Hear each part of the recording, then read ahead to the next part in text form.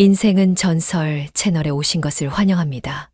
오늘 이야기 바로 시작합니다. 안녕하세요. 저는 창민이라고 합니다.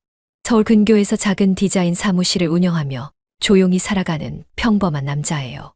딱히 자랑할 만한 건 없지만 무리하지 않고 누군가에게 큰 상처도 주지 않고 그렇게 하루하루 살아왔어요. 지금은 혼자 살고 있고 사람을 다시 만나는 일은 더 이상 기대하지 않게 된 지 오래죠. 이유는 간단해요. 2해 전쯤 꽤 진심이었던 여자친구와 이별했거든요. 시간이 지나면 괜찮아질 줄 알았는데 어쩐지 그 기억이 생각보다 오래 가더라고요. 사람 마음이란 게 참 뜻대로 안 돼요.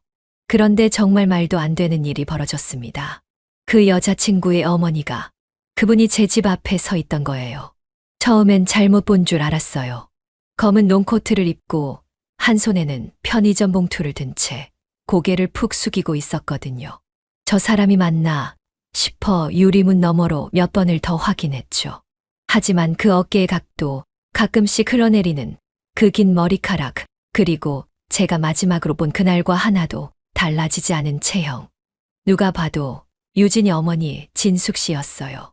창민 씨, 잠깐만 문 좀 열어줄 수 있을까? 그녀의 목소리는 술기운이 섞인 듯 촉촉했고 단호하면서도 떨리고 있었어요. 마치 문을 열지 않으면 안 될 것처럼 애원은 아니지만 부탁도 아닌 그런 묘한 말투였죠. 저는 아무 말도 못하고 가만히 서 있다가 결국 도어락을 눌렀어요. 스르륵 문이 열렸고 진숙 씨는 마치 오래전부터 알고 있었다는 듯 조용히 안으로 들어왔습니다. 현관의 신발을 벗는 그녀의 동작은 망설임 하나 없었고 저는 그걸 말릴 힘이 없었습니다. 아니, 마음 한구석에선 어쩌면 반가웠는지도 몰라요. 아, 정말 미안한데 한 잔만 마시면서 얘기해도 될까? 나 요즘 많이 힘들었거든. 진숙 씨는 거실에 앉자마자 봉투에서 꺼낸 작은 위스키 병을 테이블에 올려놓았고 컵도 직접 꺼내더니 한 잔을 따랐어요. 술 냄새는 강했고 그녀의 손은 아주 살짝 떨리고 있었어요. 저는 무슨 말을 꺼내야 할지 몰라서 한참을 멍하니 앉아 있었어요. 그러다가 겨우 한마디가 나왔죠. 유진이는 잘 지내요. 그녀는 대답 대신 술을 한 모금 마시더니 고개를 끄덕였어요. 잘 지내더라. 그 애는 나 없이도 잘 살더라. 너 없이도 잘 살고 나만 시간에 멈춰 있었던 거지. 그녀의 눈동자는 멍했고 고개를 돌렸을 땐 살짝 눈가가 젖어 있었어요. 저는 순간 이상한 감정에 휩싸였어요. 그건 연민이었는지, 낯설미였는지, 혹은 또 다른 감정이었는지 아직 잘 모르겠어요. 다만 하나는 확실했어요. 그 밤 그녀는 절대 우연히 이곳에 온 게 아니었어요. 거실에는 이상한 정적이 감돌았어요. 진숙 씨는 이미 내 소파에 앉아 있었고 나는 냉장고에서 찬 물을 꺼내 그녀 앞에 내려놨어요. 말을 꺼내기도 전에 그 사람의 손이 먼저 잔을 들었고 목을 넘기는 움직임은 생각보다도 담담했죠. 조용히 한 모금 마신 뒤 그녀는 고개를 돌려 나를 바라봤어요. 창민 씨, 미안해. 이런 식으로 찾아와서. 그녀의 목소리는 낮고 잠겨 있었고 말끝은 점점 작아졌어요. 마치 이 말을 준비한 지 오래됐다는 듯, 또 어쩌면 예상했던 반응을 기다린다는 듯. 괜찮아요. 무슨 일인지 여쭤봐도 될까요? 나는 물었지만 솔직히 나도 왜 이 말을 하는지 모르겠었어요. 괜찮다고 할 이유도 여쭤볼 입장도 아닌데 내 입은 그렇게 먼저 움직였죠. 사실은 며칠 전부터 생각이 많았어. 유진이는 전화도 잘 안 받고 나는 그냥 하루하루가 무서워지더라. 진숙 씨는 손끝을 꼭 쥐며 말을 이었어요. 어쩌다 여기까지 왔는지는 모르겠는데 너 얼굴이라도 보면 좀 나아질까 싶었지. 그녀는 웃지 않았고 눈빛은 많이 무너져 있었어요. 무언가에 지쳐버린 얼굴. 딱히 화장을 하지도 않았고 눈가는 이미 약간 벌겋게 물들어 있었어요. 술은 많이 드셨어요? 그녀는 고개를 살짝 끄덕였죠. 조금. 마시면 잠이 오니까. 잠이 안 오거든, 요즘은. 나는 말없이 고개를 끄덕였고 그 순간 뭔가를 더 묻는 건 실례가 될 것 같았어요. 하지만 그녀는 스스로 말문을 다시 열었죠. 창민 씨, 혹시 아직 유진이 마음에 남아있어? 갑작스러운 질문이었지만 나는 놀라지 않았어요. 그보다는 왜 이 질문을 지금 나한테 하는 걸까? 그게 더 복잡했죠. 이젠 그냥 잘 살았으면 좋겠다고 생각해요. 그게 다예요. 나는 최대한 무심하게 짧게 대답했어요. 그 말이 사실인지 아닌지는 나도 확신할 수 없었지만요. 진숙 씨는 그 말을 듣더니 작게 숨을 쉬었어요. 그리고 천천히 고개를 숙이며 중얼였죠. 그럼 나는 어떡하지? 그 한마디는 참 묘했어요. 유진 이야기를 꺼냈다가 갑자기 방향을 자신 쪽으로 돌리는 말투. 마치 누군가한테 이해받고 싶어 안달이 난 사람처럼, 동시에 스스로가 그럴 자격이 없다는 걸 알고 있는 사람처럼. 그녀는 소파에 기대고 나는 식탁 끝에 걸터 앉은 채 아무 말 없이 시간을 보냈어요. 밖에는 조용히 비가 내리기 시작했고 그 빗소리는 이상하리만큼 익숙하고 무거웠죠. 그 순간 나는 느꼈어요. 그녀가 지금 여기에 있다는 게 단지 위로받고 싶어서만은 아니라는 걸요. 나는 부엌에서 물을 따라 작은 유리잔에 담았어요. 차가운 기운이 손끝에 스며들었고 잔을 들고 거실로 돌아오면서 그녀의 말없는 뒷모습을 다시 바라보게 됐어요. 진숙 씨는 여전히 같은 자세로 소파 끝에 앉아 있었고 발끝을 가지런히 모은 채 고개를 떨고 있었죠. 나는 잔을 앞에 내려놓고 천천히 숨을 고른 뒤 부드럽게 말문을 열었어요. 진숙 씨, 물 좀 드셔요. 속이 많이 안 좋으신 것 같아서요. 그녀는 고개를 들어 나를 보았고 잔을 들면서 고맙다는 듯 작게 끄덕였어요. 물 한 모금을 넘긴 뒤 그녀는 잔을 내려놓고 두 손으로 무릎을 감싸듯 잡았어요. 잠시 침묵이 흐른 뒤 마침내 그녀가 낮은 목소리로 말을 꺼냈어요. 창민 씨, 나 이혼했어요. 작년쯤에요. 그 순간 나는 마음속에 뭔가 묵직한 감정이 내려앉는 것을 느꼈습니다. 그녀는 내 반응을 살피려는 듯 시선을 살짝 옆으로 흘렸고 나는 조심스레 맞장구를 쳤어요. 그래서 요즘 힘드셨던 거군요. 아무에게도 말 못하셨던 거예요. 그녀는 작게 웃었고 그 웃음은 슬픔을 꾹 눌러 삼킨 사람의 웃음처럼 들렸어요. 말 못했죠. 친구들한테도 혼자 견디는 수밖에 없었거든요. 그녀의 말은 단호하면서도 무너져 있었고 그 안에 꽁꽁 싸매진 외로움이 느껴졌습니다. 나는 다시 말을 잇기 전 잠시 눈을 감았어요. 무슨 말을 해도 그 마음을 다 감싸줄 수 없다는 걸 알았기에 조심스러웠어요. 하지만 그녀는 멈추지 않고 말을 이었고 술 기운이 조금씩 감정의 벽을 허무는 듯 했어요. 처음엔 밤에만 조금씩 마셨는데요. 어느 날부터 낮에도 손이 떨리더라고요. 그러고 나니까 더 마시게 되더라고요. 그녀는 고개를 숙인 채 천천히 손등으로 눈가를 문질렀습니다. 나는 손을 뻗어 그녀 앞에 티슈를 건넸어요. 그녀는 티슈를 들고도 한참 동안 아무 말이 없었고 방 안은 적막했어요.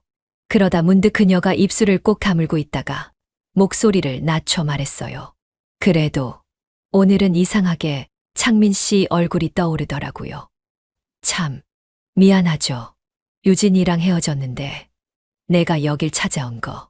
나는 고개를 살짝 흔들며 괜찮다는 듯 웃어 보였습니다. 그녀는 눈시울을 붉힌 채 말을 이었어요. 그 애랑은 연락만 가끔 해요. 무슨 말을 해도 이제는 내 말 듣고 싶어 하지 않더라고요. 어쩌면 나보다 창민 씨 말을 더 듣고 싶었을지도 모르죠. 그래서 그때도 너한테 말 좀 전해달라고 했던 건데. 그녀는 잠시 시선을 피했고 나는 그 속에 담긴 후회와 바람을 느꼈어요. 그 말은 오래전부터 그녀 안에 남아있던 말 같았고 이 밤이 아니었다면 영영 꺼내지 못했을 말이기도 했습니다. 창민 씨, 내가 이렇게 살아도 되는 사람일까요? 그녀는 아주 작은 목소리로 속삭였고 그 말이 나의 마음을 불편하게 만들었어요. 나는 정답을 아는 듯 고개를 젓다가도 아무 말 없이 그저 물잔을 그녀 쪽으로 밀어주었어요. 그녀는 천천히 그걸 받아 마셨고 입가에 엷은 미소가 떠올랐어요. 아무 말 없는 순간이 오히려 깊은 위로가 될 수도 있다는 걸 우리는 조용히 공유하고 있었던 것 같습니다. 진숙 씨는 고개를 살짝 숙인 채로 조심스럽게 말을 꺼냈어요. 혹시 오늘 밤 하룻밤만 재워줄 수 있을까요? 너무 늦기도 했고. 하긴 좀 그래서요. 나는 괜찮다고 말했지만 솔직히 당황한 감정이 먼저 올라왔어요. 그래도 취한 사람이 다시 길에 나가는 것도 마음이 편치 않았고, 그녀가 내 앞에서 무너지듯 앉아 있는 걸 외면할 수는 없었어요. 그래서 담요를 꺼내다 주며 조용히 말했어요. 거실에서 주무세요. 이불은 조금 얇지만 밤엔 온풍기 켜드릴게요. 그녀는 고맙다는 인사를 몇 번이고 반복했어요. 그 순간만큼은 술기운보다 혼자라는 외로움이 더 진하게 느껴졌어요. TV를 켜고 채널을 이리저리 돌리다가 진숙 씨는 갑자기 웃음을 터뜨렸어요. 이거 봐요. 이 드라마 아직도 하네요. 예전에 유진이랑 이거 보면서 얼마나 웃었는지 몰라요. 그 웃음이 너무 자연스러워서 잠시 동안 우리가 같은 집에 있다는 사실을 잊고 있었어요. 거실엔 방송 소리와 그녀의 낮은 웃음만이 퍼졌고, 나는 방 안에서 조용히 문을 닫았어요. 그녀가 소파에서 잠든 줄 알았고, 나는 불을 끄고 조용히 누웠죠. 하지만 새벽녘 갑자기 문틈 사이로 빛이 스며들며 발자국 소리가 들려왔어요.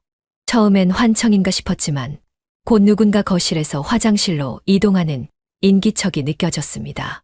나는 다시 눈을 감으려 했지만 이상하게 신경이 쓰였어요. 어떤 이유에선지 이 정적이 불편했고, 갑자기 모든 소리가 멈춘 뒤 정적이 감돌았어요. 몇 초가 흐르고 방문 너머에서 인기척이 느껴졌어요. 불이 꺼진 것인데도 그녀의 발자국은 문 앞에서 멈췄고, 그 순간 나는 다시 숨을 참게 됐어요. 정확히 말하면 진숙 씨는 내 방 문 앞에 서 있었고, 문에 기댄 채 말없이 있었다는 걸 알 수 있었어요. 그녀는 아무 말도 하지 않았고, 나는 방 안에서 그대로 누운 채 가만히 숨을 죽였어요. 혹시 문을 두드리려는 걸까? 그냥 바람처럼 서 있다 사라질까? 수없이 상상했어요. 그러다 조용히 발걸음이 뒤로 물러섰고, 그녀는 다시 거실로 돌아간 것 같았어요. 그 이후 나는 좀처럼 다시 잠들 수 없었고, 머릿속에는 그녀의 정적만이 반복됐어요. 그 시간이 길진 않았을 텐데, 내겐 한밤을 통째로 흔들 만큼 묘한 기분을 남겼습니다. 나는 눈을 감고 누워 있었어요. 오늘은 뭔가 기묘했거든요. 진숙 씨가 내 집에 있다는 게 아직도 익숙하지 않았고, 이상하게 내 방 쪽으로 자꾸 시선이 향했죠. 그러다 문이 스르륵 열리는 소리가 들렸고, 고개를 들기도 전에 딸깍 하는 잠금 소리가 귓가에 꽂혔습니다. 진숙 씨였어요. 그녀는 조용히 문을 닫고 안으로 들어왔고, 그대로 문에 등을 붙인 채 나를 바라봤어요. 조명이 꺼져 있었지만 희미한 실루엣으로도 그 표정은 충분히 느껴졌어요. 창민 씨 불 끄고 누운 거예요. 그 말투가 평소랑 달랐어요. 술기운 때문인지 아니면 뭔가 결심한 얼굴인지 모르겠지만 말투가 부드러웠고 숨소리도 가까워졌죠. 잠깐만 여기 앉아도 되니? 나는 대답을 하지 않았습니다. 그런데 그녀는 허락도 없이 조심스럽게 침대 모서리에 앉았고 무릎이 이불을 살짝 눌렀어요. 나와는 눈을 마주치지 않은 채 고개를 숙이고 손가락을 꼼지락거리기 시작했어요. 혼자 있기 너무 무서웠어. 그냥 따뜻한 사람 옆에 있고 싶었어. 그녀는 나를 흘끔 쳐다봤고 그대로 이불 위에 무릎을 올리며 천천히 몸을 이쪽으로 옮겼어요. 나는 순간적으로 숨이 막혔어요. 침대가 가볍게 눌렸고 그녀의 체온이 이불을 타고 내 쪽으로 스며들고 있었어요. 진숙 씨, 그러지 마세요. 지금 이거. 말을 제대로 끝내기도 전에 그녀는 내 팔을 감싸며 낮게 말했어요. 아니에요. 나도 알아요. 이건 하면 안 되는 거. 근데 지금 아니면 나 진짜 무너질 것 같아서 그래. 그녀의 손이 내 가슴에 닿았고 숨결이 가까워졌어요. 이불 아래로 들어온 그녀의 다리 한쪽이 내 다리를 가볍게 누르며 들어왔고 머리칼이 내 턱에 닿았을 때 나는 더 이상 피할 수 없다는 걸 알았습니다. 오늘은 그냥 말없이 있어줘요. 내 말 안 해도 되니까. 그냥 가만히 있어줘요. 그녀는 팔을 내 목 뒤로 넘기고 이마를 내 어깨에 대며 작게 떨었어요. 그 떨림이 나를 움찔하게 했고 그 순간 그녀가 내 옆에 완전히 몸을 붙이면서 속삭였어요. 그애 너한테 참 많이 기대했었지. 그래서인지 난 지금 내 곁에 있고 싶은 거야. 그녀는 갑자기 얼굴을 들고 입술을 가져다 댔어요. 나는 피하려 했지만 이미 그녀의 한 손이 내 뺨을 잡고 있었고 입술은 부드럽고 뜨겁게 눌려왔어요. 아주 천천히, 아주 집요하게. 나는 이건 아니야 라고 말하려 했어요. 근데 입이 열리지 않았습니다. 그녀의 입술이 다시 내려와 내 턱을 훑었고 숨결이 가슴께를 가르며 흘렀어요. 괜찮아요. 오늘만 그래요. 그게 그렇게 큰 죄예요? 그녀는 내 셔츠 단추를 한 개 풀었고 손가락을 안으로 밀어넣으며 조용히 눌렀어요. 나는 무언가를 붙잡으려 했지만 내 손은 이미 그녀의 등을 감싸고 있었어요. 창민 씨, 싫어요? 그 질문에 나는 고개를 돌렸어요. 입술이 다시 붓고 그 위로 숨결이 엉켰고 몸은 너무 가까웠어요. 단추가 하나씩 풀릴 때마다 그녀는 더 낮은 숨을 쉬었고 나는 아무 말도 할 수 없었습니다. 그녀는 천천히 몸을 눕히며 나를 끌어당겼고 이불 위에 그 짧은 거리마저도 이제는 넘지 못할 장벽이 아니게 되었어요. 그 순간 나는 그 감정이 외로움인지 탐욕인지 구별할 수 없었어요. 그녀가 나를 안았고 나는 움찔하다가도 그대로 멈췄어요. 가슴 위로 올라온 그녀의 손이 심장을 누르듯 내려왔고 이불 아래는 조용히 그리고 확실하게 무너져 내리고 있었어요. 그날 밤 나는 절대 해서는 안 되는 선택 앞에서 침묵했고 그녀는 조용히 문을 잠갔습니다. 우리는 아무 말 없이 선을 넘었어요. 아침이 되자 방 안은 어색한 정적에 잠겨 있었어요. 커튼 틈으로 스며든 햇빛이 이불 위로 내려앉았고 그 틈에서 조심스럽게 몸을 일으켰어요. 한쪽 구석엔 어젯밤 벗어둔 셔츠가 쭈그려져 있었고 내 발끝은 그 옆을 멈칫하다 지나쳤습니다. 거실로 나와보니 진숙 씨는 보이지 않았고 대신 식탁 위엔 어지럽게 흩어진 컵과 베개 그리고 텅 빈 소파만이 덩그러니 놓여 있었어요. 부엌 쪽에서 소리가 났고 나는 조용히 고개를 돌렸어요. 진숙 씨는 앞치마를 두른 채 달걀을 풀고 있었고 마치 아무 일도 없었던 사람처럼 허리를 곧게 펴며 조용히 말했죠. 일어나셨네요. 냉장고에 있던 김치로 국 끓이려고요. 괜찮죠? 나는 잠깐 입을 다물었고 그 상황이 믿기지 않아서 잠시 멈춰섰어요. 그녀는 뒤돌아 나를 보며 살짝 웃었고 그 표정엔 전날의 어떤 감정도 남아있지 않은 듯했어요. 그게 더 낯설었고 동시에 더 혼란스러웠어요. 어제 일은 내가 말문을 열자 그녀는 재빨리 말을 끊었어요. 잊어줘요. 나도 무슨 생각이었는지 모르겠어요. 그냥 잠깐 약해졌던 거예요. 그녀의 말은 단호하지 않았고 오히려 자기를 다독이는 말투였어요. 내가 느끼기엔 그 밤의 기억이 그녀에게도 가볍진 않았을 텐데 이렇게 쉽게 덮으려는 태도가 조금 서운했죠. 식탁 의자에 앉으며 나는 조심스레 그녀를 바라봤어요. 그녀는 뚝배기에 김치국을 부으면서도 고개를 들지 않았고 그저 조용히 국자질을 반복했어요. 진숙 씨, 어제 그게 그냥 그런 일이 아니잖아요. 내 말에 그녀는 조용히 웃었고 허공을 보며 중얼였어요. 그래요. 근데 우리 그런 얘기까지는 하지 말자고요. 그녀의 말투는 여전히 부드러웠고 어쩌면 더 단호했어요. 그렇게 말해놓고 그녀는 다시 내 쪽으로 고개를 돌리며 말했죠. 식사해요. 김치국 맛있게 끓였어요. 나는 아무 말 없이 숟가락을 들었고 그녀가 앉는 순간 식탁 위로 김칫국 냄새가 퍼졌어요. 국을 한 입 떠먹으면서 나는 속이 따뜻해지기보다 더 복잡해졌어요. 이게 어디서부터 잘못된 건지 아니면 이미 엉켜버린 건지 알 수 없었답니다. 진숙 씨는 평소처럼 식사를 했고 나는 그 옆에서 숨을 들이쉬며 괜히 물을 자주 마셨어요. 그렇게 아침은 조용히 흘러갔고 우리 사이엔 아무 말도 없었지만 오히려 말보다 더 많은 감정이 흘러갔어요. 어쩌면 그녀는 기억하고 싶지 않았을 거예요. 어쩌면 나도 그랬는지도 몰라요. 하지만 그 밤은 서로의 체온과 숨결을 기억하는 이상 그렇게 쉽게 지워질 수는 없는 일이 아니었습니다. 진숙 씨는 낮은 말이 없었어요. 마치 어제의 일은 없던 일이었다는 듯 평범한 얼굴로 아침을 차렸고 설거지를 하고 나서는 조용히 거실 한쪽에 앉아 창밖만 바라봤습니다. 나 역시 아무 말도 꺼낼 수 없었죠. 어젯밤에 그 일이 머릿속에 뚜렷하게 남아 있었지만 이상하게도 서로 그 이야기를 꺼내지 않으려는 분위기였어요. 그건 무서움이기도 했고 어쩌면 더 큰 혼란을 피하기 위한 선택이었을지도 몰라요. 하루가 그렇게 조용히 흘러갔고 해가 지기 시작하면서 다시 긴장이 스멀스멀 몸에 차올랐어요. 밤이 되자 진숙 씨는 다시 내 옆에 앉았어요. 이번에는 거리를 두고 앉았지만 그 묘한 기류는 숨기지 못했죠. 그녀는 아무 말도 하지 않고 손톱 끝을 만지작거렸고 나는 그런 그녀를 힐끔거리며 애써 눈을 피했어요. 텔레비전에서는 낯선 드라마가 흘러나오고 있었고 대사도 화면도 하나도 귀에 들어오지 않았어요. 손등이 가볍게 스쳤고 나는 본능적으로 움찔했어요. 하지만 진숙 씨는 아무렇지 않은 척 그저 한숨을 내쉬며 중얼였죠. 창민 씨, 왜 이렇게 조용해요? 나 미워요. 그 말에 대답하지 못했어요. 오히려 내가 묻고 싶었죠.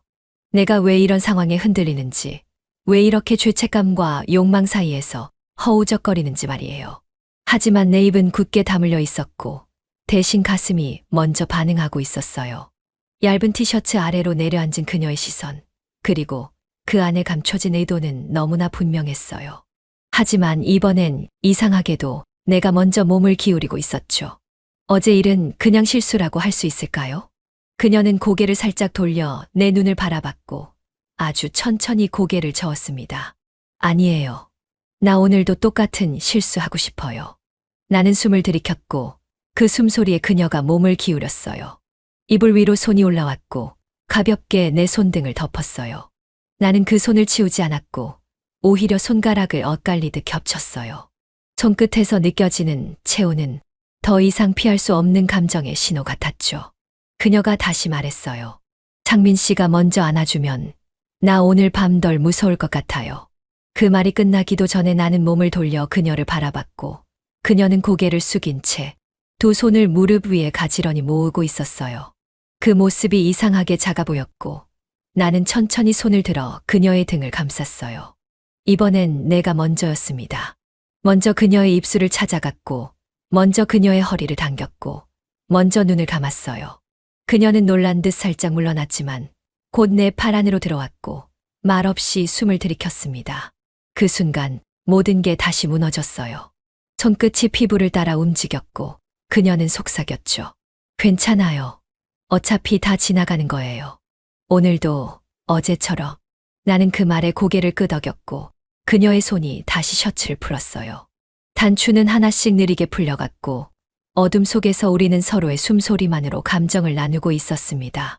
오늘은 내가 먼저였고 그녀는 아무 말 없이 모든 걸 받아들였어요. 침대는 점점 더 뜨거워졌고 이불 아래는 더 조용해졌어요. 결국 나는 외로움이라는 이름으로 죄를 정당화했고 그녀는 같은 외로움으로 나를 끌어안았습니다. 아침 햇살이 현관문 아래로 길게 비추고 있었습니다. 나는 커피를 내리며 자꾸만 진숙 씨를 쳐다보게 됐어요. 전날 밤이 너무 선명해서 그런지 그녀와 마주치는 눈빛마다 설명할 수 없는 감정이 튀어나오려 했죠. 그런데 그녀는 언제나처럼 조용했고 마치 아무 일도 없었던 사람처럼 냉장고 문을 열고 계란을 꺼냈어요. 어제 괜찮으셨어요? 제가 먼저 말을 꺼냈고 그녀는 고개를 돌리며 살짝 웃었죠. 응. 덕분에 잘 잤어. 창민 씨 덕분에 따뜻했어. 그 말에 난 숨을 들이마셨고 대답은 쉽게 나오지 않았습니다. 어젯밤의 그 장면이 아직 손끝에 남아 있었고 차가운 공기와 섞여 이상하게 아침이 무겁게 느껴졌거든요. 그 순간이었어요. 예상치 못한 시간인데 초인종이 울렸어요. 나는 자동으로 걸음을 옮겼고 인터폰을 보자 나직은 얼굴이 화면에 떠 있었습니다. 유진이었어요. 예전에 내 여자친구였던 유진. 머릿속이 하얘졌습니다. 어떻게 여길 온 거지? 주소를 기억하고 있었던 건가? 한참을 고민했지만 이미 그녀는 문 앞에 서 있었고 초인종을 2번 더 눌렀어요. 진숙 씨는 갑자기 얼굴이 굳더니 손에 들고 있던 펜을 내려놓고 제 쪽으로 다가왔어요. 누구야? 유진이요. 그녀는 아무 말도 하지 않았고 나는 조심스럽게 문으로 향했어요. 그런데 그때 유진은 이미 현관문 앞에서 한 발짝 떨어진 채 서 있었습니다. 문틈 사이로 그녀의 그림자가 보였고 나는 숨을 참은 채 문에 귀를 댔어요. 여기 있는 거 다 알아. 엄마, 안에 있는 거 알아. 진숙 씨는 제 어깨를 밀고 조용히 말했습니다. 내가 나갈게. 그냥 그대로 있어요.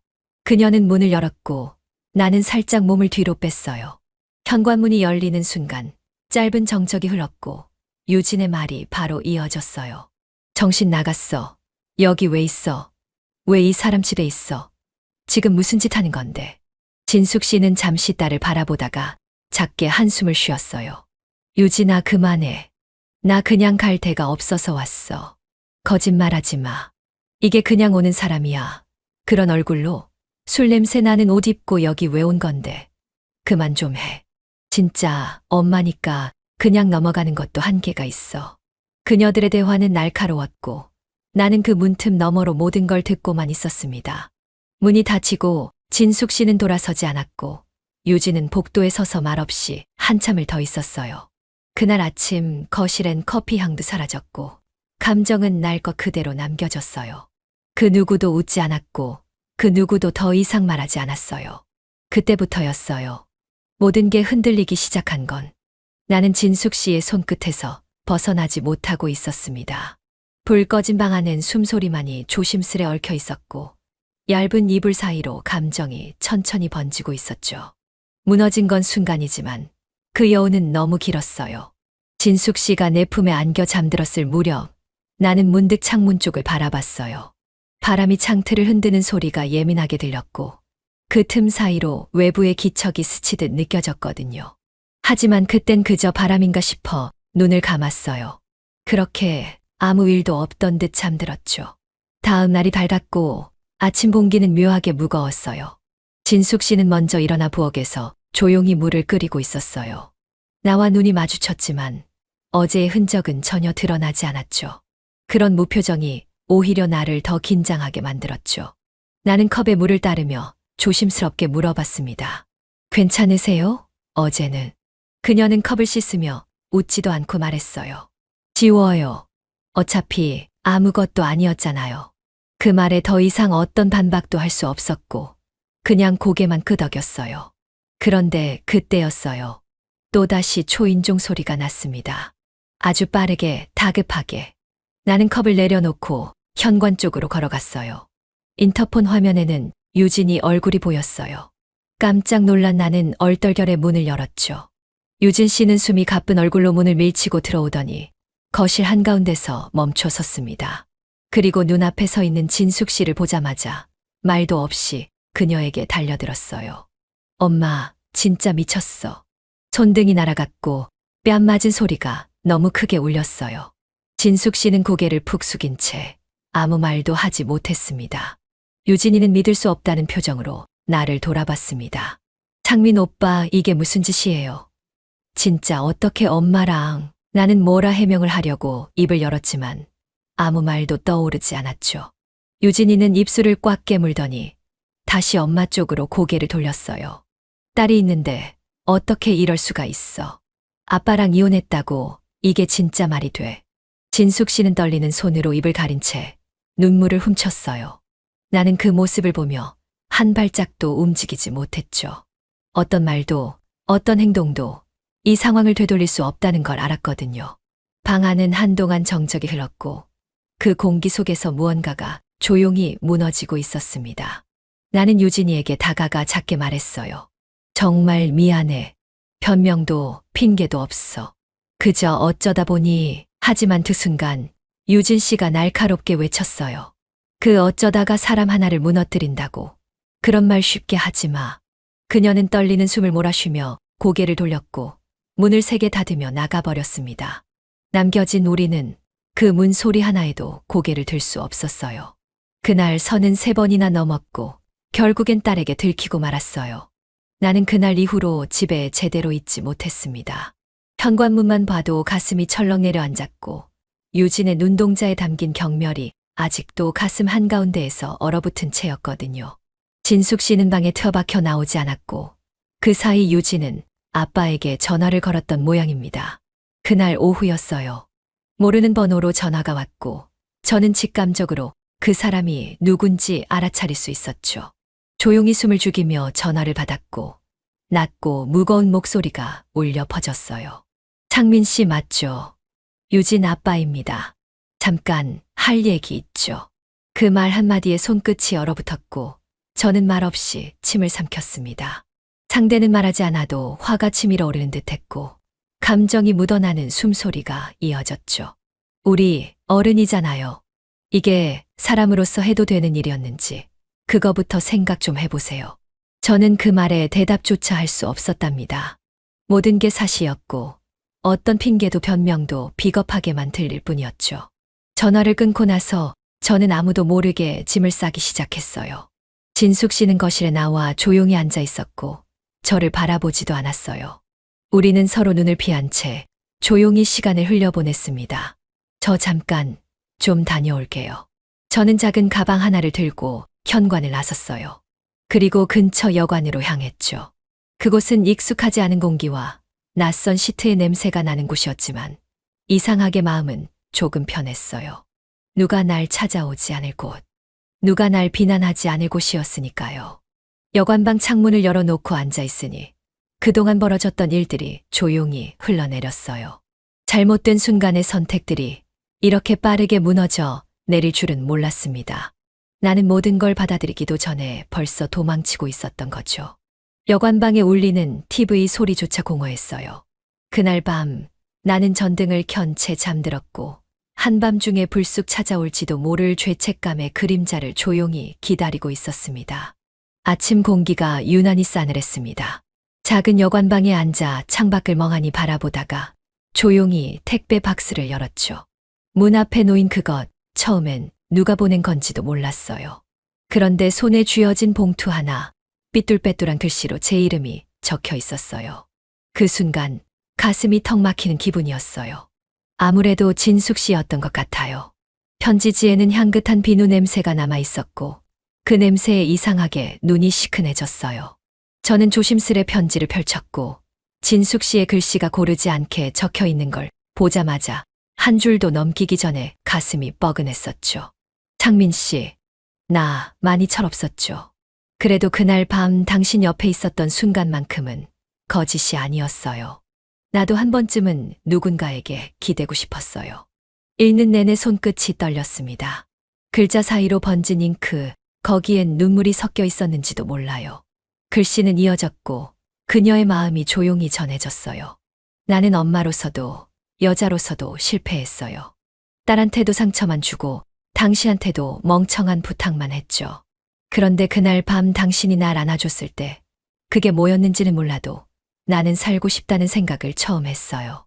저는 숨을 삼켰고 눈시울이 뜨거워졌습니다. 편지는 계속되었어요. 하룻밤만 안아주면 안 되냐고 말했던 건 정말 큰 용기가 필요했던 말이었어요. 당신이 거절했다면 나 자신을 더 미워했을지도 몰라요. 하지만 그날 당신은 아무 말 없이 나를 감싸줬죠. 난 그걸로 충분해요. 그 문장을 읽는데 눈물이 뚝 떨어졌습니다. 눈물 한 방울이 종이에 닿자마자 잉크가 퍼졌고 그 순간만큼은 아무런 소리도 나지 않았어요. 가슴이 조용히 무너지고 있었어요. 편지 마지막엔 이렇게 적혀 있었습니다. 지금은 떠나야 할 때 같아요. 나도 당신도. 하지만 언젠가 다시 누군가에게 안기고 싶을 때 내가 당신 곁에 있었다는 걸 기억해 줘요. 창민 씨는 따뜻한 사람이었어요. 저는 편지를 가슴에 안고 천천히 숨을 내쉬었어요. 그리고 아주 작게, 아주 조용히 중얼거렸습니다. 진숙 씨, 나도 사람이라서 잊지 못할 것 같아요. 그날 눈물이 흘렀고 아무도 보지 않는 여관방 안에서 저는 그냥 울었습니다. 그저 울 수밖에 없었어요. 며칠 후 나는 유진에게서 마지막 연락을 받았습니다. 그 말은 단호했고 냉정했어요. 다시는 엄마 얼굴 안 볼 거예요. 라는 문장이 문자로 찍혀 있었죠. 짧은 한 문장이었지만 그 안엔 상처와 분노, 실망이 고스란히 담겨 있었어요. 저는 그 메시지를 몇 번이고 읽으며 숨을 내쉬었고 다시는 회복될 수 없는 무언가가 끊어진 걸 느꼈어요. 진숙 씨는 그 이후 병원에 입원했습니다. 스스로 걸어 들어간 건 아니었고 유진의 아빠가 조용히 입원 절차를 밟았다고 들었어요. 상담 치료를 받기 시작했다는 얘기도 들었고요. 몸이 아픈 건 아니었지만 마음이 너무 망가졌다고 했어요. 저는 문득 우리가 건드려선 안 될 경계를 넘은 거라는 걸 그제야 또렷하게 실감했어요. 다 괜찮을 줄 알았거든요. 아니, 솔직히 말하면 그날 밤만 지나면 아무 일도 없던 것처럼 될 줄 알았어요. 누가 들어주는 것도 아니었지만 입 밖으로 내뱉지 않으면 견딜 수가 없었거든요.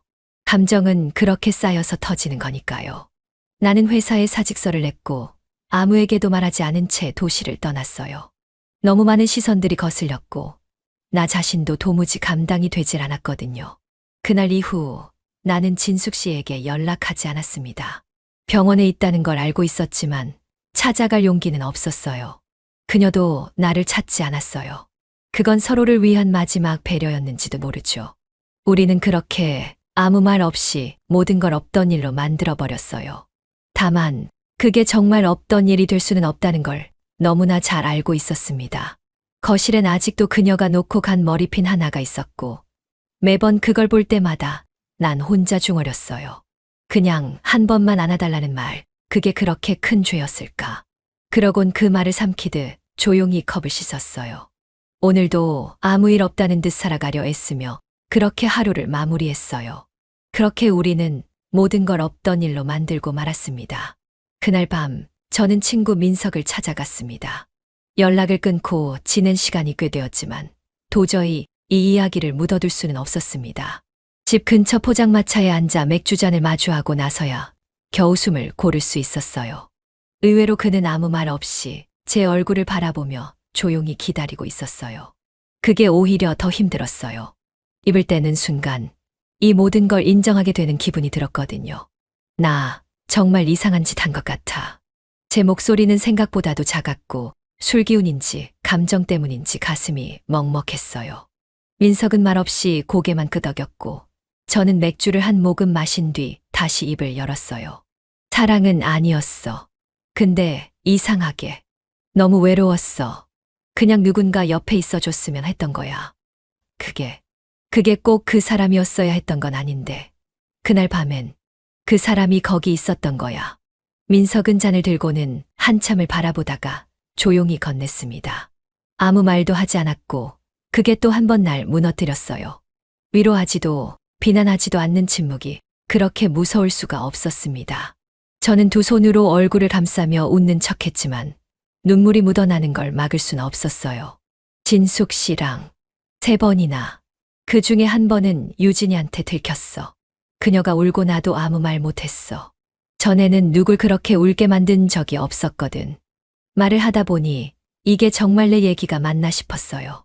이게 진짜 현실이었나 머릿속이 멍해졌습니다. 민석은 그제야 조심스럽게 입을 열었어요. 창민아, 너 그렇게까지 외로웠냐? 그 질문이 심장을 세게 쳤습니다. 고개를 끄덕였고 그게 대답이자 변명 같았어요. 말끝마다 머뭇거리는 자신이 너무 한심해 보여서 고개를 떨궜어요. 하지만 민석은 고개를 돌려 밤하늘을 바라보며 말했어요. 살다 보면 누굴 안아야 살 수 있을 때가 있어. 근데 그게 꼭 옳은 건 아니야. 그냥 그럴 수는 있어. 이해는 해도 동의는 못 하겠다. 그 말이 딱 지금의 제 자리를 설명하는 것 같았습니다. 저는 가만히 있었습니다. 포장마차의 불빛이 희미하게 깜빡였고 그 아래서 맥주 거품은 천천히 꺼지고 있었습니다. 창밖에 바람이 불었고 문득 이대로 모든 걸 잊고 싶다는 생각이 스쳐갔습니다. 하지만 잊는다고 없던 일이 되는 건 아니었습니다. 이날 이후로 저는 민석을 포함한 누구에게도 다시 이 이야기를 꺼내지 않았습니다. 그날 그 자리가 제 마지막 고백이었으니까요. 그날 이후 진숙 씨와의 연락은 완전히 끊어졌습니다. 무언가 끝났다는 건 꼭 말로 확인하지 않아도 느껴지잖아요. 카톡 알림 하나 울리지 않았고 집안은 다시 너무 조용해졌어요. 텅 빈 거실을 바라보며 괜히 TV를 켰다가 이불을 펴지도 않은 채 멍하니 누워있곤 했어요. 사람이 그리운 게 아니라 그 사람이 흘리고 간 공기들이 남아있었던 거죠. 며칠 후 초인종 소리가 울렸습니다. 화면에는 유진 씨 얼굴이 보였고 예상치 못한 방문에 심장이 한 번 쿵 하고 내려앉았어요. 문을 열자 그녀는 말없이 사진 한 장을 내밀었고 그 사진 속엔 진숙 씨가 담담한 표정으로 병원 복도를 걷고 있었어요. 짧은 머리, 흐릿한 웃음, 그리고 손에는 종이봉투가 들려 있었는데 어딘가 단단해 보였어요. 엄마, 이젠 정리했대요. 창민 씨한텐 고마웠다고. 유진은 그 말을 마치 대사처럼 읊고는 고개를 숙였어요. 저도 아무 대답을 하지 못한 채 그 사진만 오래 바라봤습니다. 편지 같은 메시지는 없었지만 그 사진 한 장이 말보다 더 강하게 전해졌어요. 병실 유리창 너머로 비친 빛, 쓸쓸한 복도, 그리고 그녀의 어깨선까지. 모든 게 담담해 보이면서도 왠지 모르게 따뜻했어요. 진숙 씨는 결국 다시 일상을 찾은 거겠죠.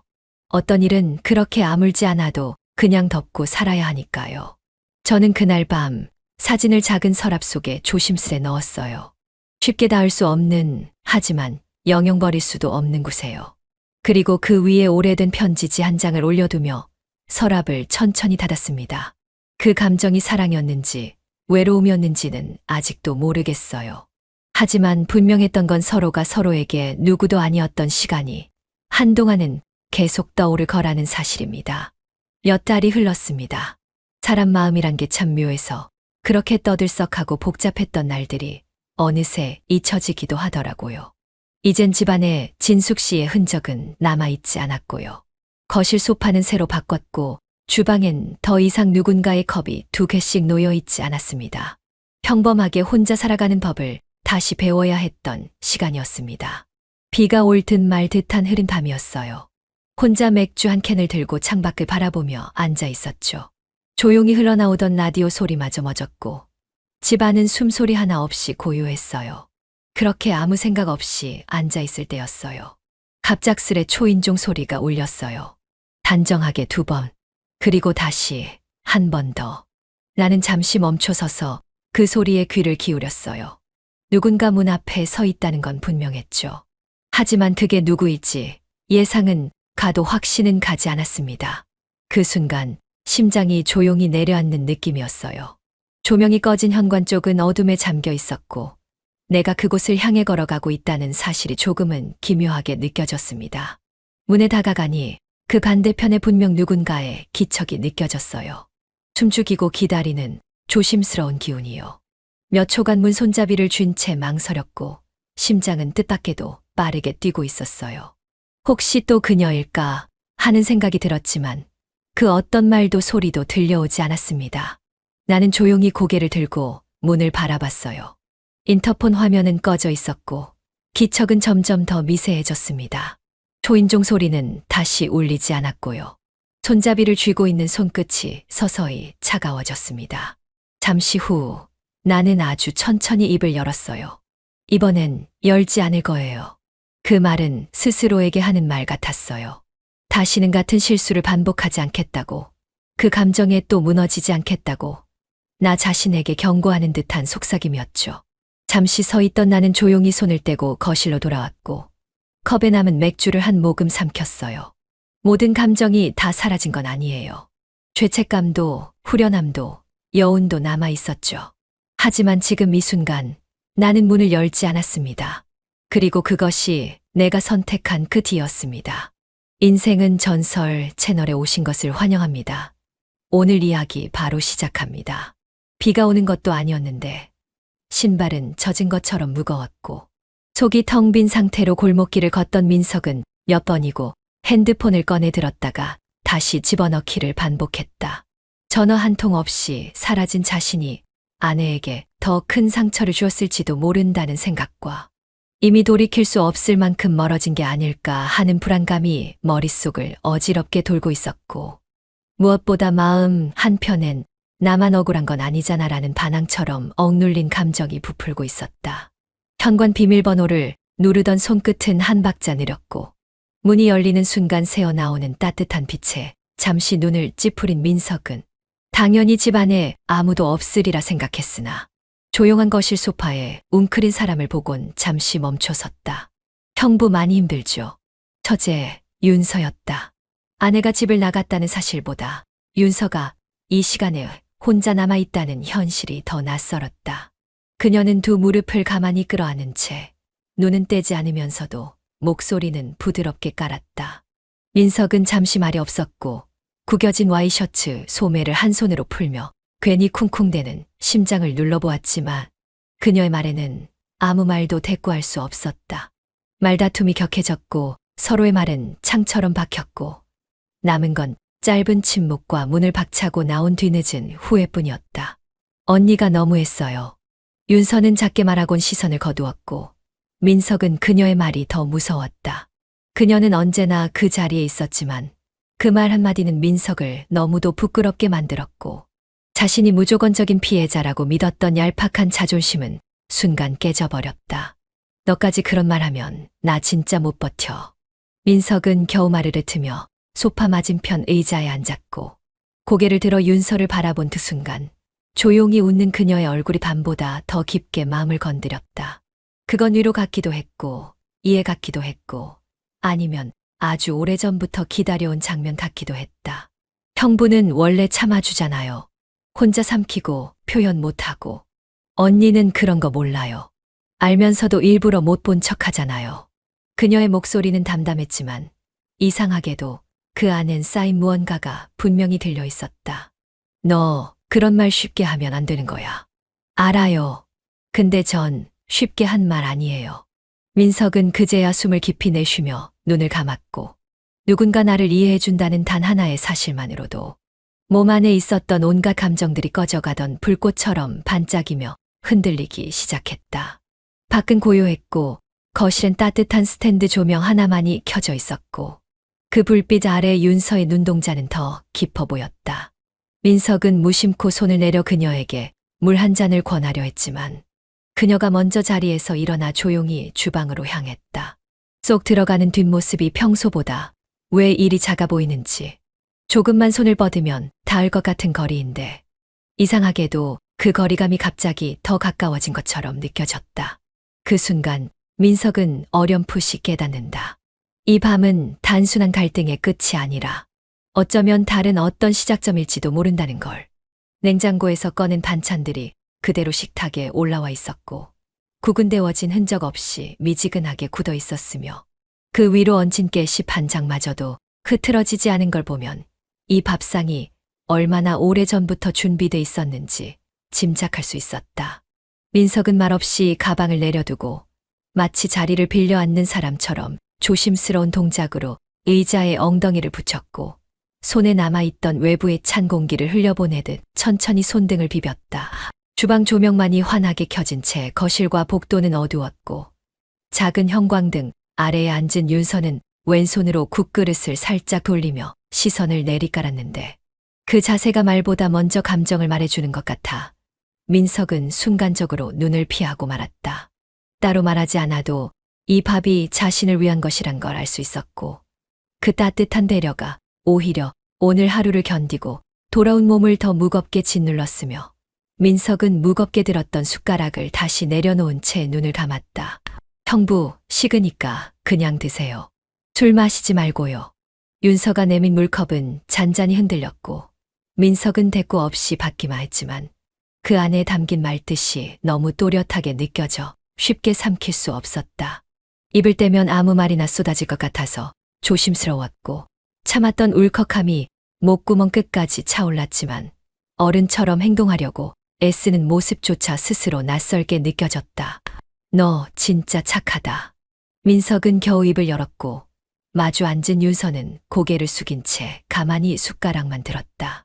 그 한마디가 위로인지 후회인지도 스스로 확신할 수 없었지만 누구에게든 따뜻함을 베풀 줄 아는 사람에게 자신은 그간 얼마나 무심하고 거칠게 살아왔는지 반성하게 되는 순간이었다. 착해서 참은 거예요. 형부도 언니도. 그냥 다들 너무 바쁘니까요. 윤서의 말투엔 습관처럼 길들여진 수능이 배어 있었고 민석은 그 말 속에 묻힌 감정의 결을 알아차렸기에 괜히 미안하다는 말을 삼켰다. 누군가를 이해하는데 오래 걸리는 사람이 있었고 말없이 참는데 익숙한 사람도 있었고 윤서는 후자였기에 더 조심스러워야 했다는 걸 지금에서야 실감했다. 민석은 말없이 밥 한 숟갈을 더 뜨며 창밖을 바라봤고 밤하늘은 흐려져 있었다. 쏟아질 듯 보였던 비는 내리지 않았고 그 애매한 공기처럼 지금 이 식탁 위의 감도는 감정도 무언가 결정되지 않은 채 부유하고 있었다. 식탁 아래로 흐른 긴 정적은 둘 중 누구에게도 편안하지 않았지만 이상하게도 그 침묵이 마음을 편하게 만들어주는 묘한 위로처럼 느껴졌다. 형부는 항상 혼자 밥 드셨어요? 글쎄, 언제부터인가 그냥 익숙해졌지 뭐. 같이 먹는 거 이제 싫지 않으면 좋겠어요. 전 이런 밥 나쁘지 않거든요. 윤서의 눈빛이 조심스럽게 민석을 향했고 그 시선이 닿은 순간 민석은 고개를 들지 못했다. 지금 그녀가 말하는 건 단순한 식사의 의미가 아니라 누군가와 나누는 시간 자체의 무게였고 그 무게를 혼자 감당해온 사람의 말이기에 더 깊이 박혔다. TV 화면은 계속해서 뭔가를 떠들고 있었지만 그 안에서 무슨 대사가 오가는지는 단 하나도 들리지 않았고 화면 속 등장인물들의 표정과 상황은 둘 중 누구의 관심도 끌지 못한 채 말없이 흘러가고 있었다. 민석은 두 손을 깍지 낀 채 무릎 위에 올려놓고 한쪽으로 기운 자세로 앉아 있었고 그의 옆에 자리한 윤서는 소파 등받이에 등을 기댄 채 조용히 숨을 죽이고 있었다. 한 뼘도 채 되지 않는 간격이 주는 긴장감이 말보다 컸고 같은 공간에 있지만 서로의 생각은 전혀 다른 방향을 헤매고 있었으며 그 공기가 너무 조용해지는 순간 윤서가 조심스럽게 몸을 기울였다. 살짝 닿는 듯 많은 어깨가 접촉하는 순간 민석은 반사적으로 몸을 굳혔지만 놀랍게도 거부의 몸짓은 나오지 않았고 오히려 자세를 고쳐 앉는 것처럼 보이기만 했을 뿐 물러나지는 않았다.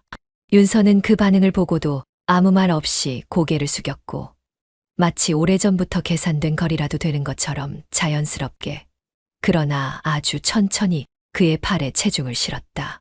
형부, 오늘 하루 힘들었죠. 낮은 음성은 화면의 소음보다 선명하게 들렸고 민석은 한참 동안 대답 없이 화면만 응시하다가 느리게 고개를 돌려 그녀의 옆모습을 바라보았다. 오늘뿐이겠냐. 말끝에 쓴 웃음을 덧붙인 민석은 자신도 모르게 숨을 길게 뱉었고 그날 아내와 나눴던 말들이 윤서 앞에서는 아무 소용도 없을 만큼 공허하게 느껴졌다. 난 그냥 형부가 말 좀 해줬으면 좋겠어요. 가끔은 기대도 하고 진짜 힘들 땐 누가 좀 잡아줬으면. 윤서는 얼굴을 들지 않았고 그 말은 누구에게 하는지조차 알 수 없을 정도로 낮았지만 그 속에 담긴 갈증은 민석의 속을 서서히 파고들며 마음 어딘가를 두드리고 있었다. 가벼운 위로로 치부할 수 없는 오랜 시간 누군가에게 말하지 못한 감정이었고 민석은 그 감정을 듣고도 침묵할 수 없다는 걸 알면서도 지금은 아무것도 말할 수 없었다. 팔에 살짝 걸친 그녀의 머리는 따뜻했고 민석은 팔을 조금 더 안쪽으로 당기며 그녀가 기대는 각도를 자연스럽게 받아들이는 쪽을 선택했고 그건 단순히 거절하지 않았다는 의미가 아니라 감정의 무게를 함께 나누고 있다는 의미로 변해가고 있었다. 사람은 다 자기 편 하나만 있어도 견딜 수 있다던데. 민석의 말에 윤서는 조심스럽게 고개를 들었고 눈을 마주치진 않았지만 그 말이 자신에게 하는 이야기임을 누구보다 잘 알고 있었기에 천천히 고개를 끄덕였다. 그 순간 민석의 손끝이 소파 쿠션 아래로 내려가며 그녀의 손등 가까이 다가갔고 닿지는 않았지만 닿을 듯한 그 간격은 어느 때보다 진하게 맴돌았고 그 떨림 속에서 서로의 감정이 어디까지 흘렀는지 확인할 수는 없었지만 피하지 않았다는 사실 하나만으로 충분히 많은 걸 말해주고 있었다.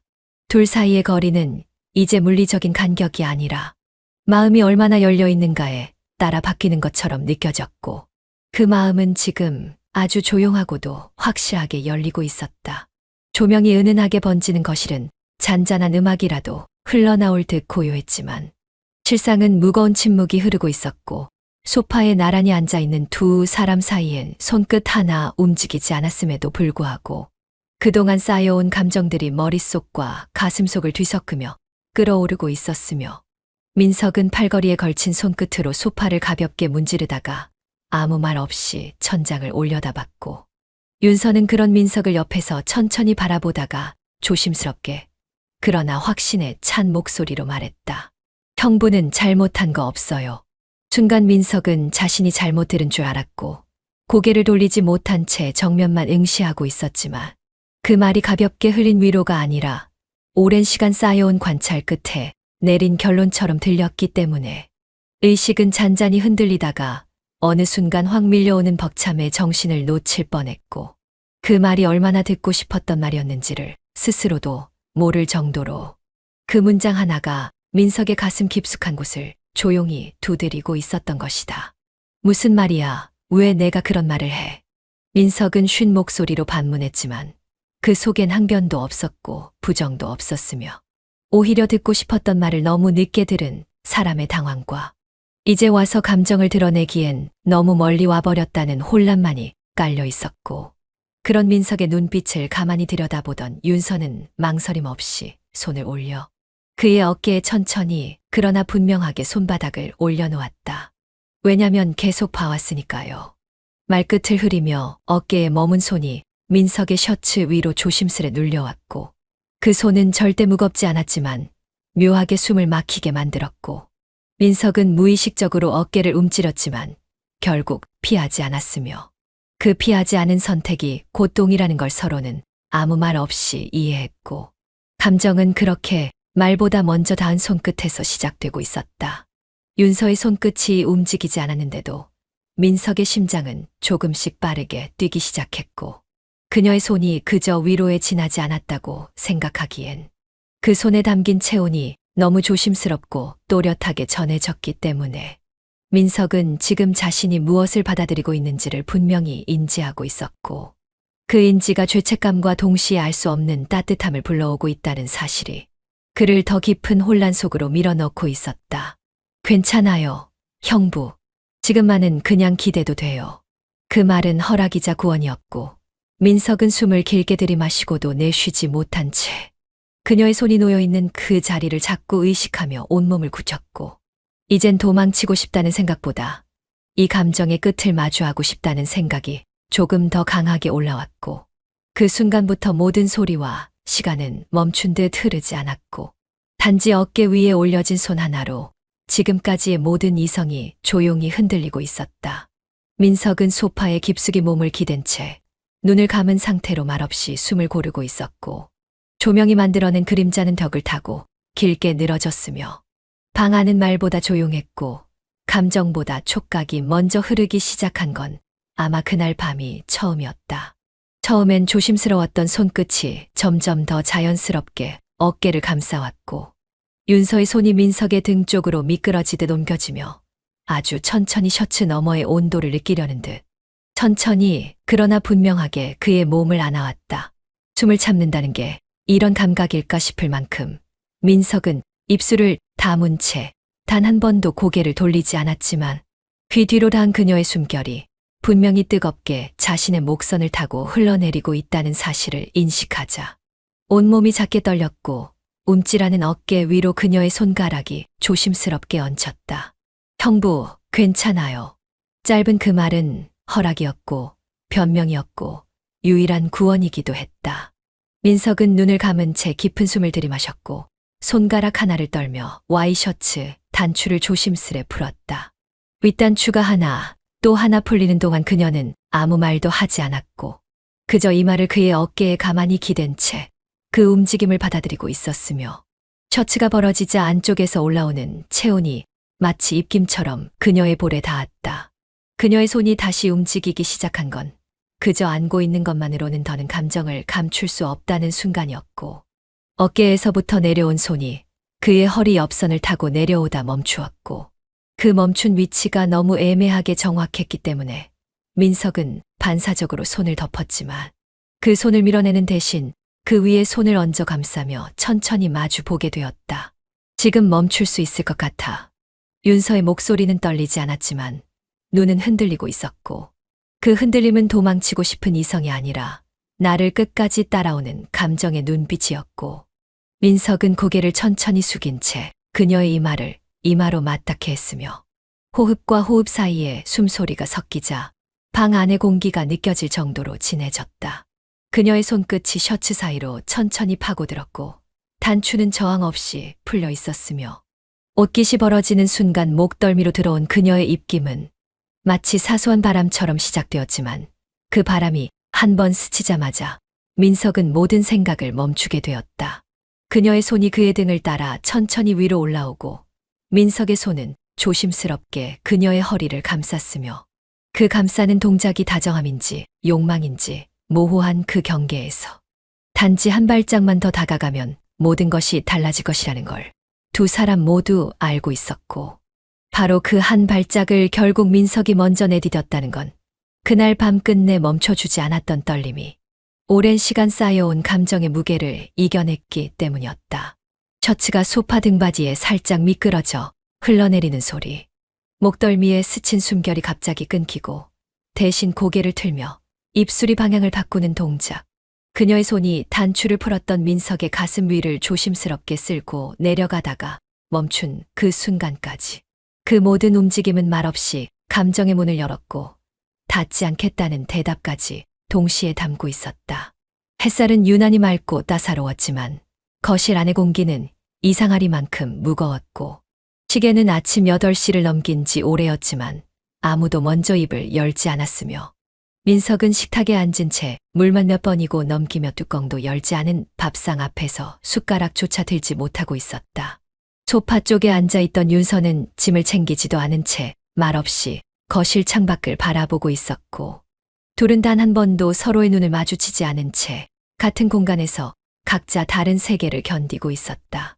민석은 텅 빈 물컵을 책상에 내려놓으며 작은 소리를 냈지만 그 소리는 윤서의 고개를 돌리게 하지 못했고 오히려 더 깊은 고요만을 불러왔으며 그 침묵은 서로가 도망치듯 애써 만들어낸 결론처럼 무겁게 내려앉아 있었다.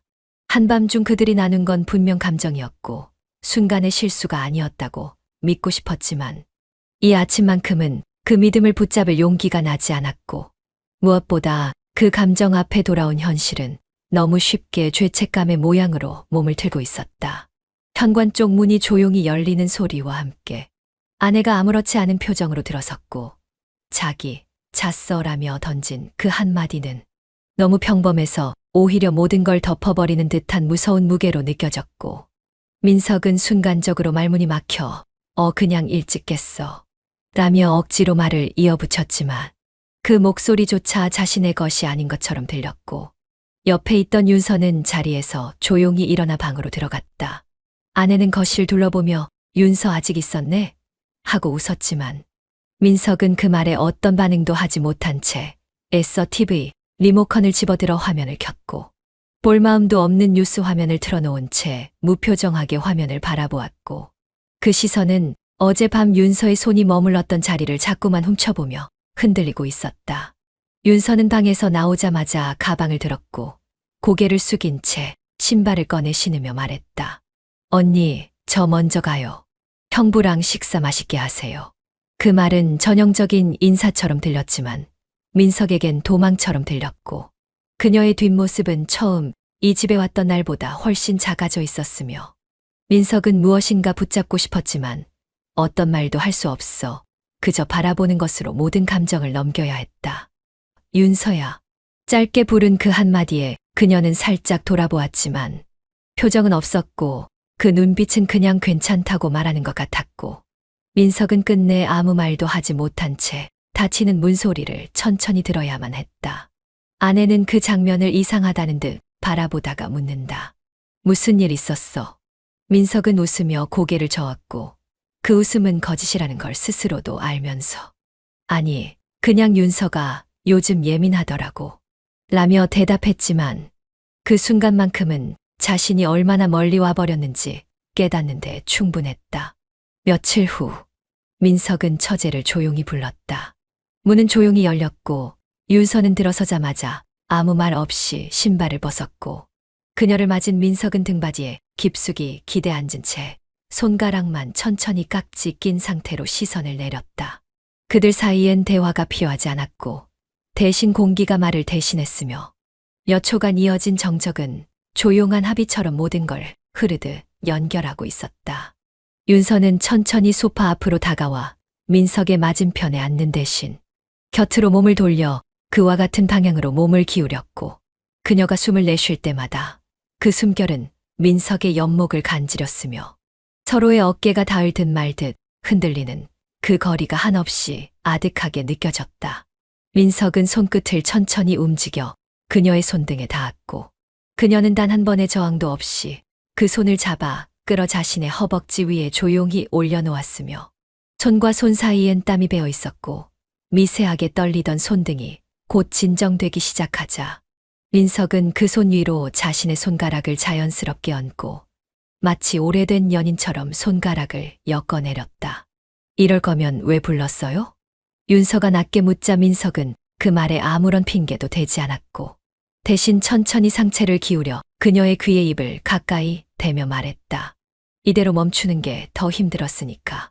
말이 끝나기 무섭게 그녀의 숨이 조용히 흔들렸고 그 숨결이 민석의 턱 아래로 입술을 타고 내려가듯 머물렀고 그 순간 그는 몸을 숙여 그녀의 어깨를 감싸 안은 채 허리를 들었다. 그의 손이 허리를 지나 등을 따라 올라가며 그녀를 더 깊숙이 끌어당겼고 윤서는 얇은 담요처럼 떨어져 있던 자신과 민석 사이의 거리를 받아들이듯 무릎을 끌어올려 그의 허벅지에 걸치듯 앉았고 그 작은 움직임 하나에 민석의 호흡은 급격히 거칠어졌다. 두 사람은 아무 말도 하지 않았고 그 대신 입술이 입술을 스치고 목선을 따라 숨결이 흘렀으며 민석은 그녀의 뺨을 어루만지다 이마를 맞댄 채 눈을 감았고 그녀는 말없이 그의 넓은 가슴팍에 이마를 기대었다. 방 안은 숨소리밖에 들리지 않았고 그 숨소리 사이로 흐르던 정적은 이제 유혹조차 초월한 무언가였으며 그는 그녀의 허벅지 위에 올린 손을 천천히 그러나 분명한 의지로 감아올리며 다시는 되돌릴 수 없는 경계선을 넘어섰다. 이제 감정은 더 이상 갈등이 아니라 결정이었고 그 결정은 몸의 온기로 입술의 떨림으로 손끝의 압력으로 증명되고 있었고 그날 밤 다시 닫힌 문 안에서 그들은 서로에게 처음으로 완전히 무너졌다. 밤이 가라앉을 때 가장 먼저 사라지는 건 생각이 아니라 감정의 여운이었다. 불을 끄고 누웠던 그 순간부터 민석의 귓가에 반복해서 맴돌던 건 윤서의 그 말.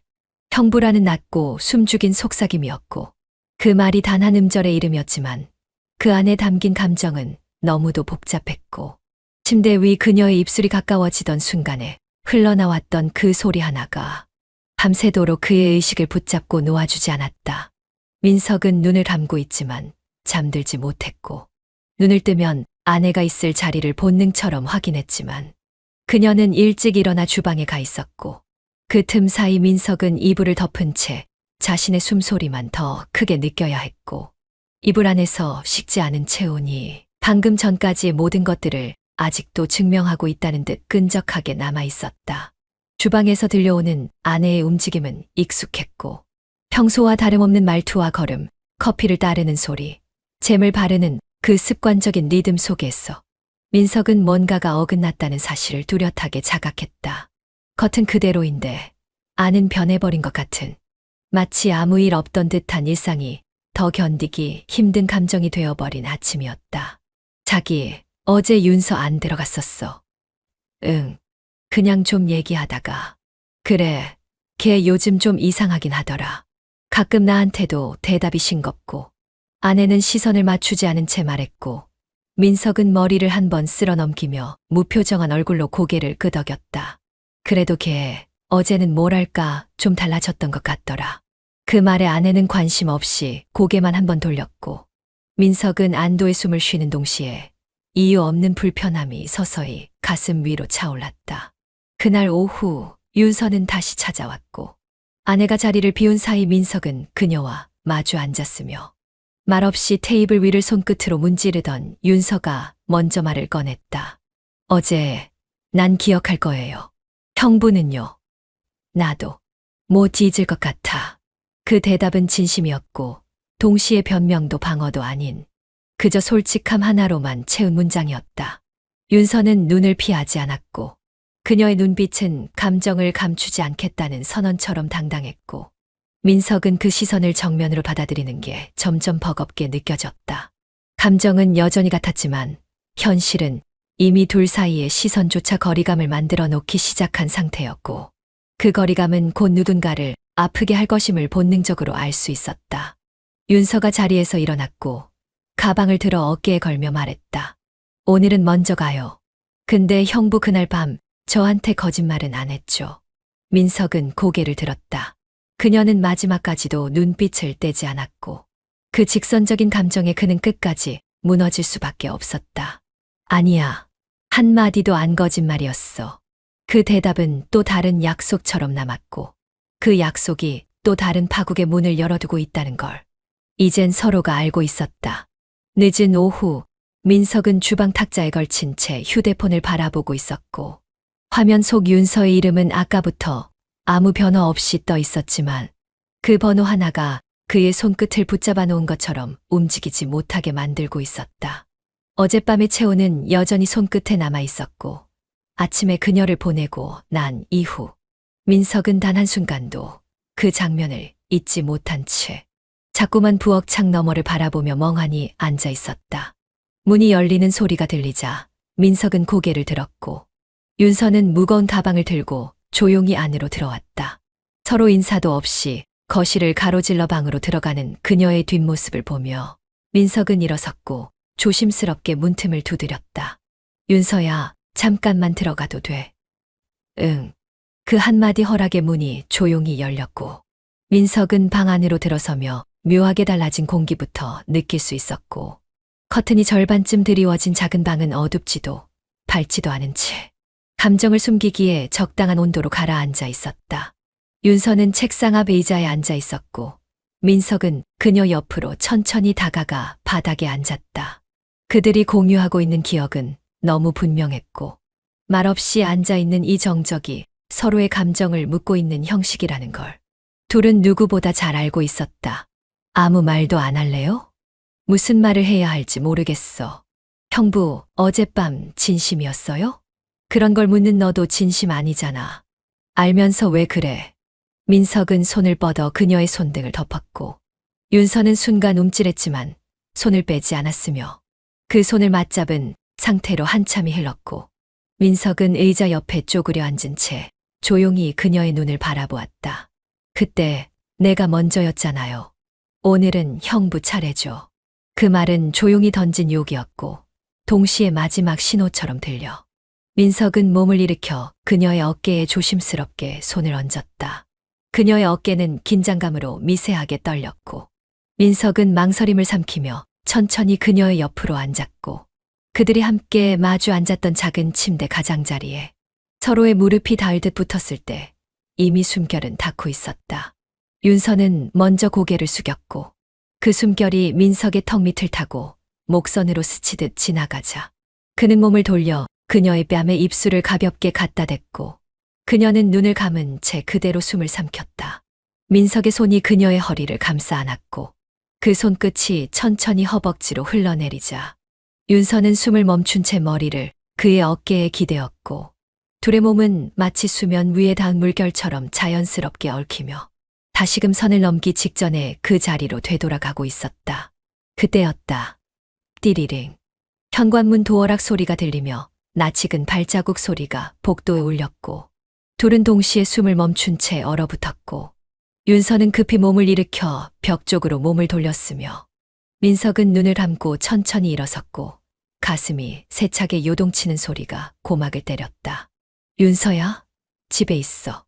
아내의 목소리는 평소처럼 밝았지만 그 밝음이 지금 이 공간에선 칼날처럼 느껴졌고, 민석은 그녀가 이쪽으로 향하는 걸 느끼며 서둘러 문 뒤쪽으로 몸을 숨겼고, 윤서는 이불 위에 가만히 앉은 채 조용히 숨을 죽였다.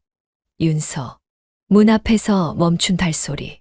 그 뒤로 그림자가 길게 드리워졌고, 문틈 아래로 들어오는 빛과 함께 그 그림자 안에서 아내가 손잡이를 잡는 소리가 너무도 선명하게 들려왔다.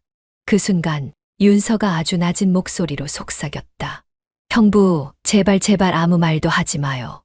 민석은 그녀를 바라봤고 그녀의 두 눈엔 눈물이 가득 고여 있었으며 말 대신 고개를 단 한 번 끄덕였다. 문은 결국 열리지 않았다. 아내는 몇 초간 문 앞에 멈춰 서 있다가 그저 조용히 발걸음을 돌렸고, 민석은 그제야 주먹을 꽉 쥔 채 턱을 떨고 말았다.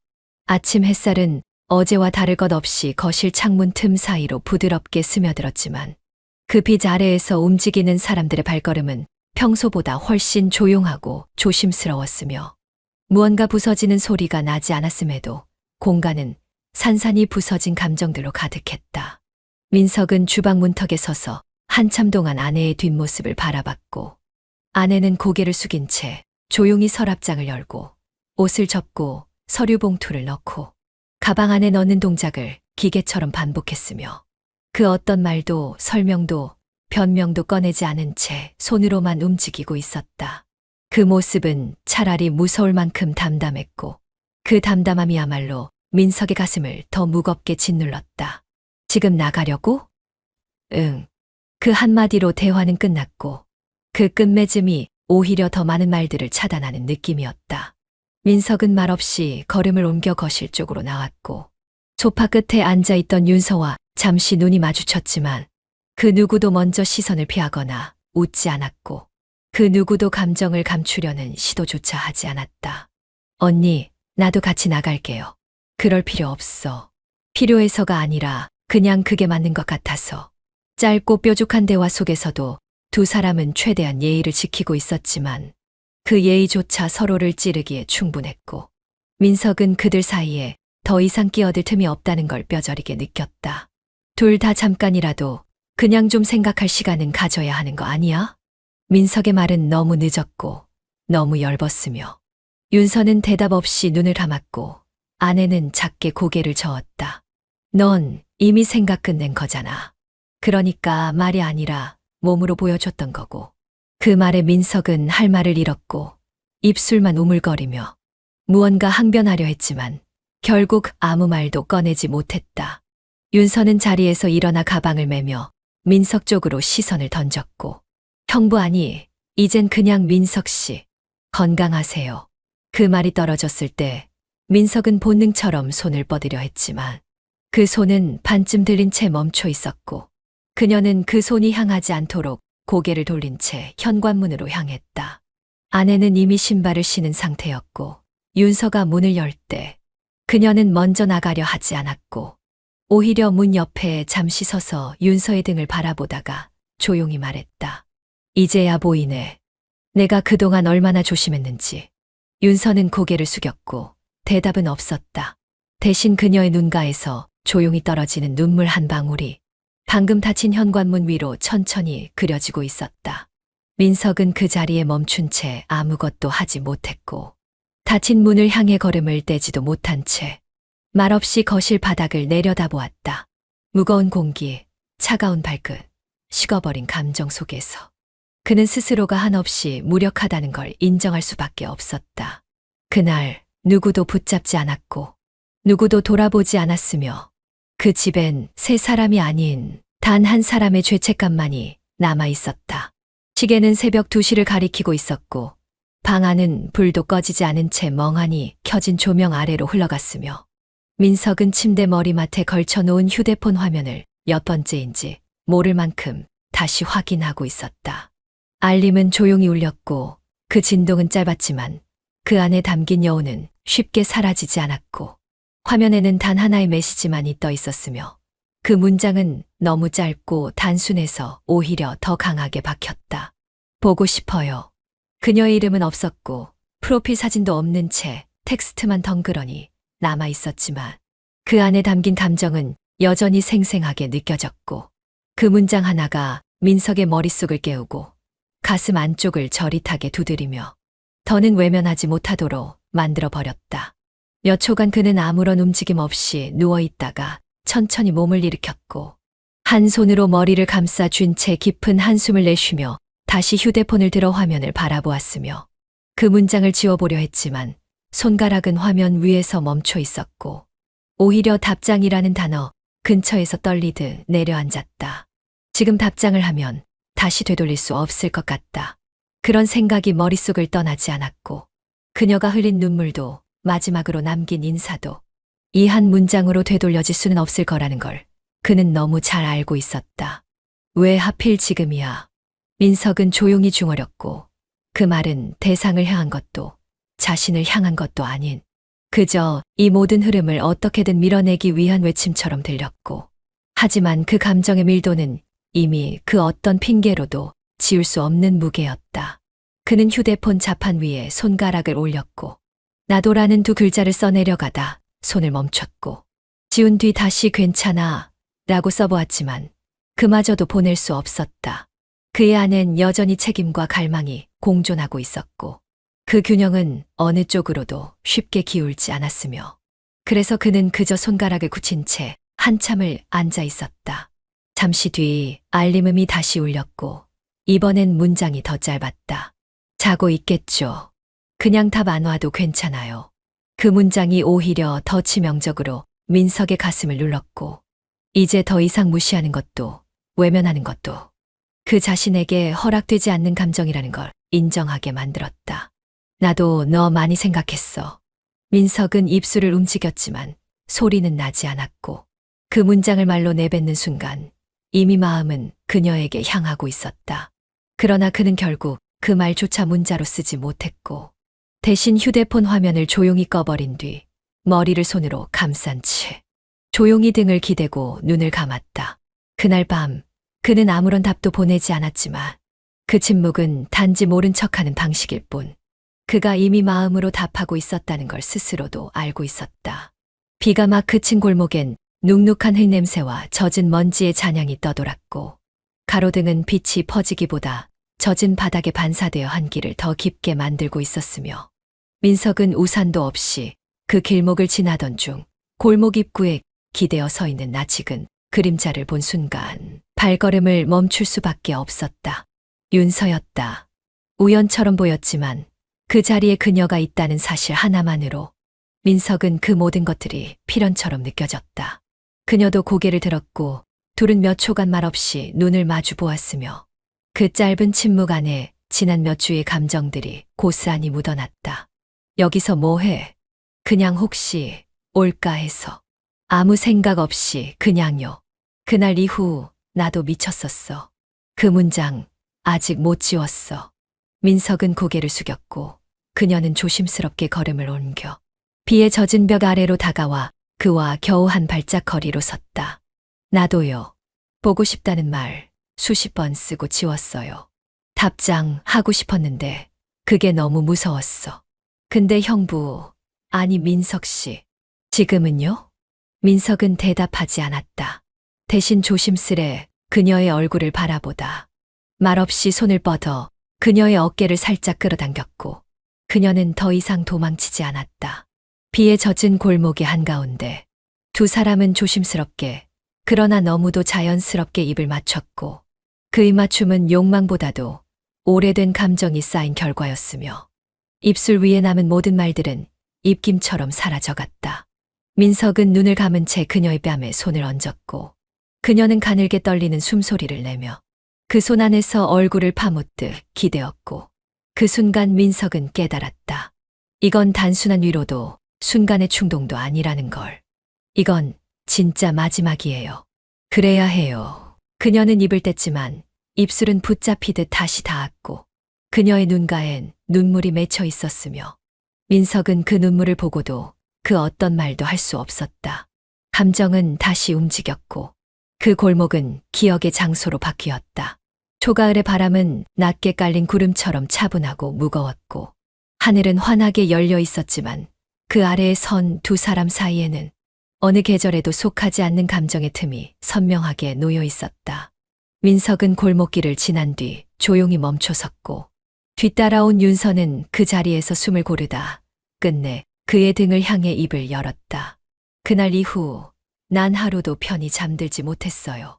매일 꿈에 나왔고 깨어나면 또 울었어요. 그 말은 단순한 서운함이나 집착이 아니라 오랜 시간 꾹꾹 눌러왔던 감정의 밑바닥을 뒤집는 고백이었고 민석은 그 고백 앞에서 돌아서지도 다가가지도 못한 채 그저 가만히 땅만 바라보며 한숨을 삼켰다. 그게 다 그냥 그날의 충동이었어요? 외로웠고 누가 와주니까 흔들렸던 거예요? 윤서야. 아니에요. 대답하지 마요. 어차피 또 망설일 거잖아요. 매번 그랬잖아요. 그녀의 목소리는 떨렸고 그 떨림 끝에서 뚝 하고 눈물이 떨어졌다. 민석은 천천히 고개를 들었지만 그 눈물을 마주하지 못하고 끝내 시선을 다시 돌려버렸고 그 작은 동작 하나가 그녀의 마음을 완전히 무너뜨렸다. 그날 밤 내가 먼저였던 거 알아요. 근데 형부가 날 받아준 건 단지 책임지기 싫어서였던 거예요? 책임 같은 말, 이제 그만하자. 우린 사랑 아니었어요? 그 물음은 작았지만 그 안은 그녀가 가진 모든 감정이 담겨 있었고 민석은 그 말에 도망치듯 입술을 다물고 고개를 떨군 채 손끝만 조심스레 주먹을 쥐었다. 대답해요. 사랑 아니었냐고요. 나는. 민석은 말끝을 흐렸고 그녀는 그 침묵이 곧 대답이라는 듯 고개를 끄덕였다. 알았어요. 됐어요. 이제 정말 끝내야겠네요. 그녀는 눈물을 닦지도 않고 뒷걸음질을 치듯 돌아섰고 발걸음은 조용했지만 한 걸음, 한 걸음의 감정이 찢기는 소리가 따라붙었으며 민석은 그 뒷모습을 따라가고 싶었지만 두 발은 땅에 묶인 듯 떨어지지 않았다. 윤서야. 그는 한 번 더 불렀지만 그녀는 돌아보지 않았다. 대신 손을 한 번 흔들었고 그 손짓은 인사도 작별도 아닌 이제 정말로 보내달라는 마지막 요청처럼 느껴졌다. 남은 건 뒷모습뿐이었다. 그리고 그 뒷모습을 바라보며도 다가가지 못한 자신이 가장 큰 실패처럼 남았다. 민석은 식탁에 놓인 머그잔을 손에 쥔 채 식지 않은 커피를 마시지도 못하고 식어가는 공기 속에서 고개만 떨군 채 앉아 있었다. 창문 밖 햇살은 선명했지만 그 빛은 유난히도 무거워 그의 어깨 위를 덮듯 내려앉았고 그 어색한 조용함을 깨고 문이 열리는 소리가 들렸다. 아내였다. 그녀는 평소보다 말수가 적었고 손에는 얇은 서류 봉투가 들려 있었으며 발걸음은 무겁지 않았지만 분명했고 눈빛은 흔들림 없는 직선처럼 날카로웠다. 민석은 그녀의 시선을 피하지 못했고 고개를 들지 못한 채 조용히 숨을 고르고 있었다. 그 아이였어. 그녀의 질문은 담담했고 그 담담함이 오히려 더 깊은 상처로 파고들었고 민석은 단숨에 입을 열 수 없었다.